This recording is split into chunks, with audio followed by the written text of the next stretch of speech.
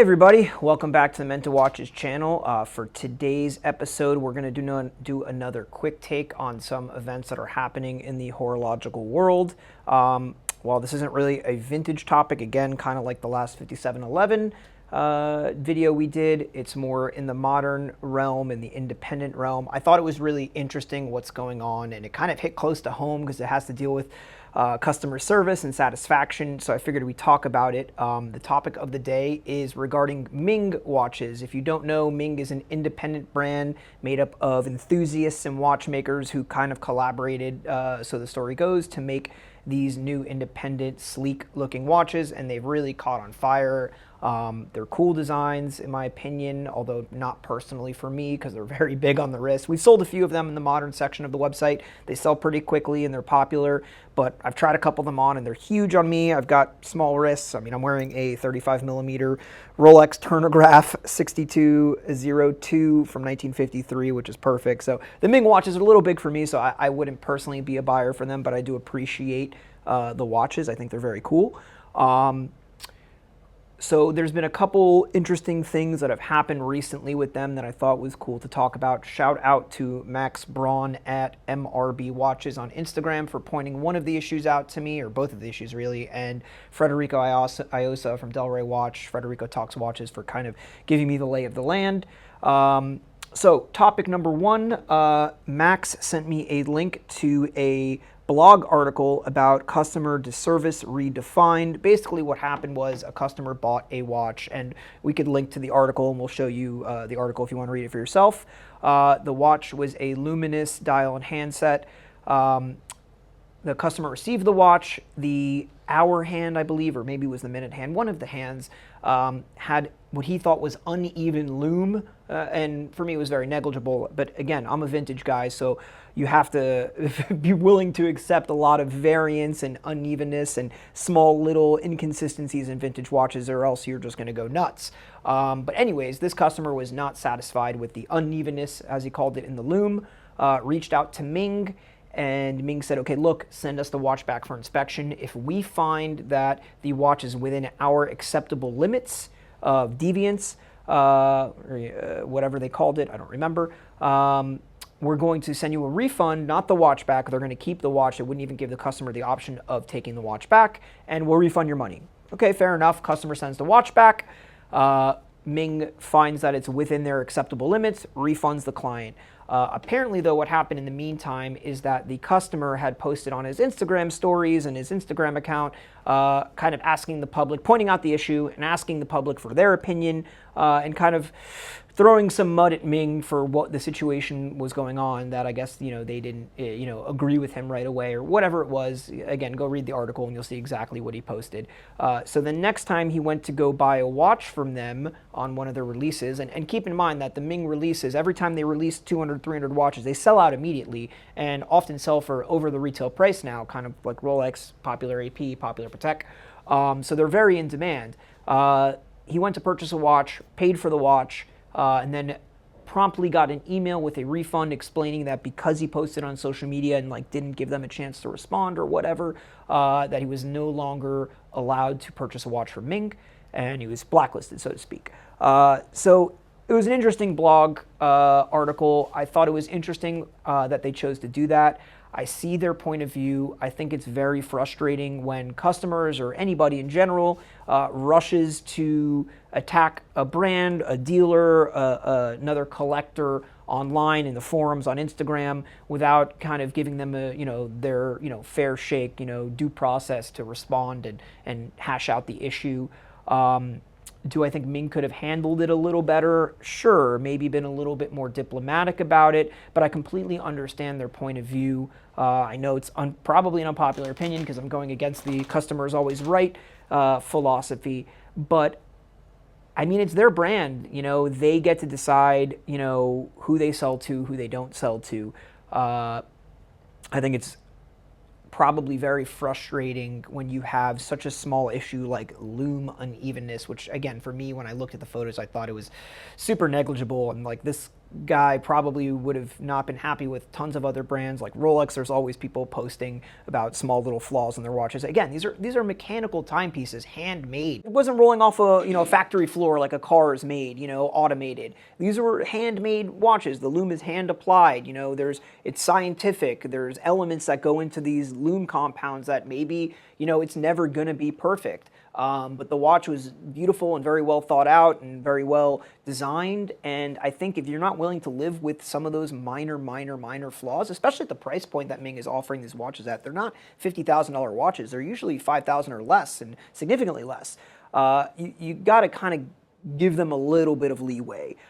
So I thought it was a little unrealistic for the guy to get so upset over the lume unevenness. I thought it was a little insane, so to speak. Again, let me clarify though that I come from a world of vintage where flaws are part of the norm, and that if you have watches with no flaws, it's sometimes suspect, suspicious.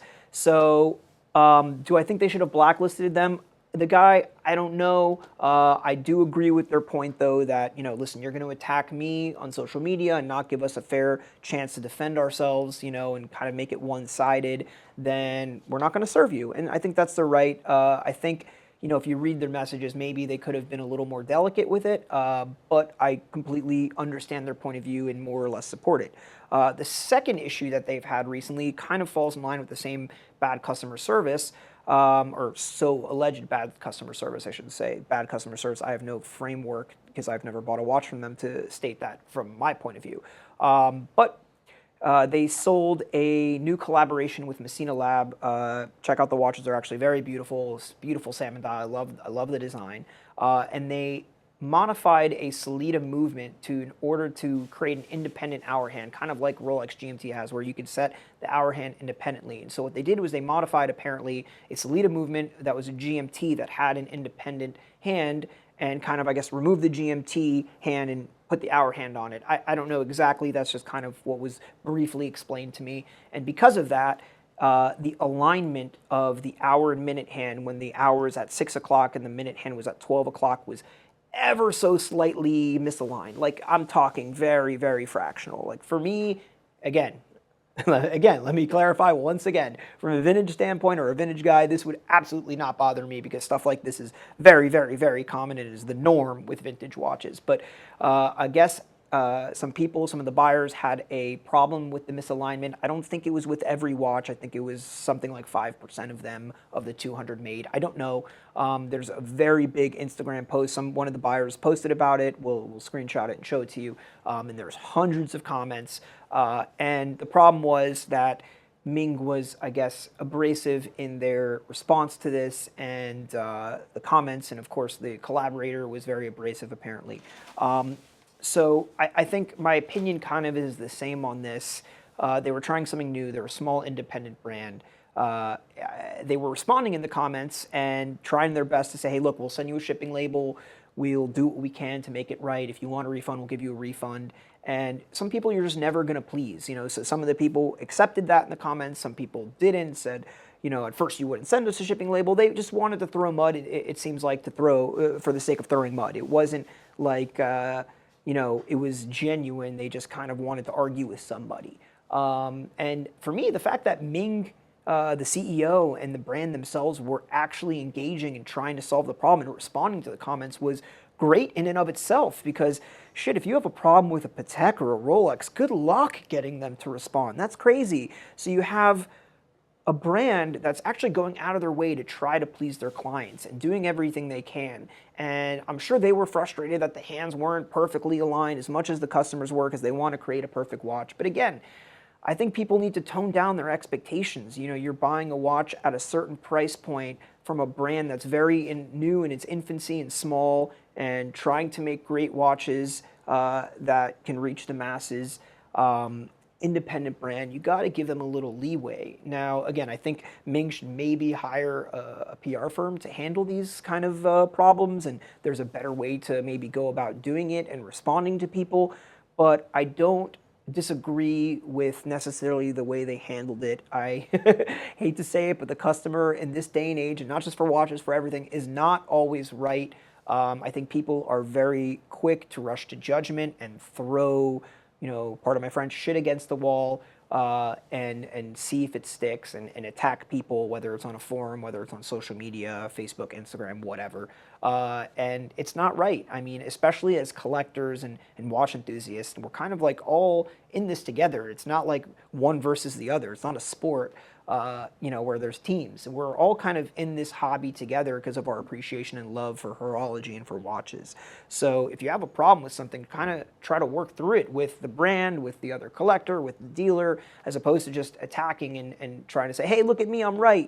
This watch is messed up and I'm right, you're wrong. It shouldn't be about that. There should be more cooperation and people working together. So to recap, I think, Ming was in the right in the responses, and I support them for it. Again, do I think they could have handled it differently? Probably, but I've also been, in similar situations where I've rushed to write an email or a text that probably could have been written softer or differently, and I've been in that position where, something's wrong with the watch, and, you're frustrated because you want the problem to be solved, and people are attacking you, probably not rightfully so. So I understand their point of view, and I understand their decision not to serve clients who give them a hard time, because I've certainly blacklisted clients who have given me a hard time in the past, so I understand completely where they're coming from.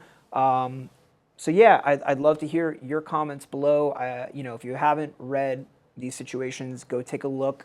Comment below what you think, not whose side you're on, but what your opinion is, so to speak. Do you think Ming handled it properly? Do you think the clients were unrealistic?